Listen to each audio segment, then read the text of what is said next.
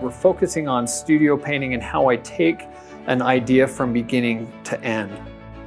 The great thing about doing this is that it allows me to work through 20 ideas, 30 ideas really quickly and come up with a compositional solution that works.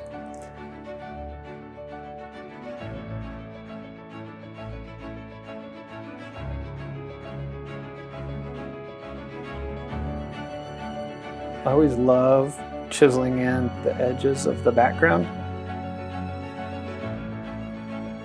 So I'm often thinking about how can I get variety into my compositions.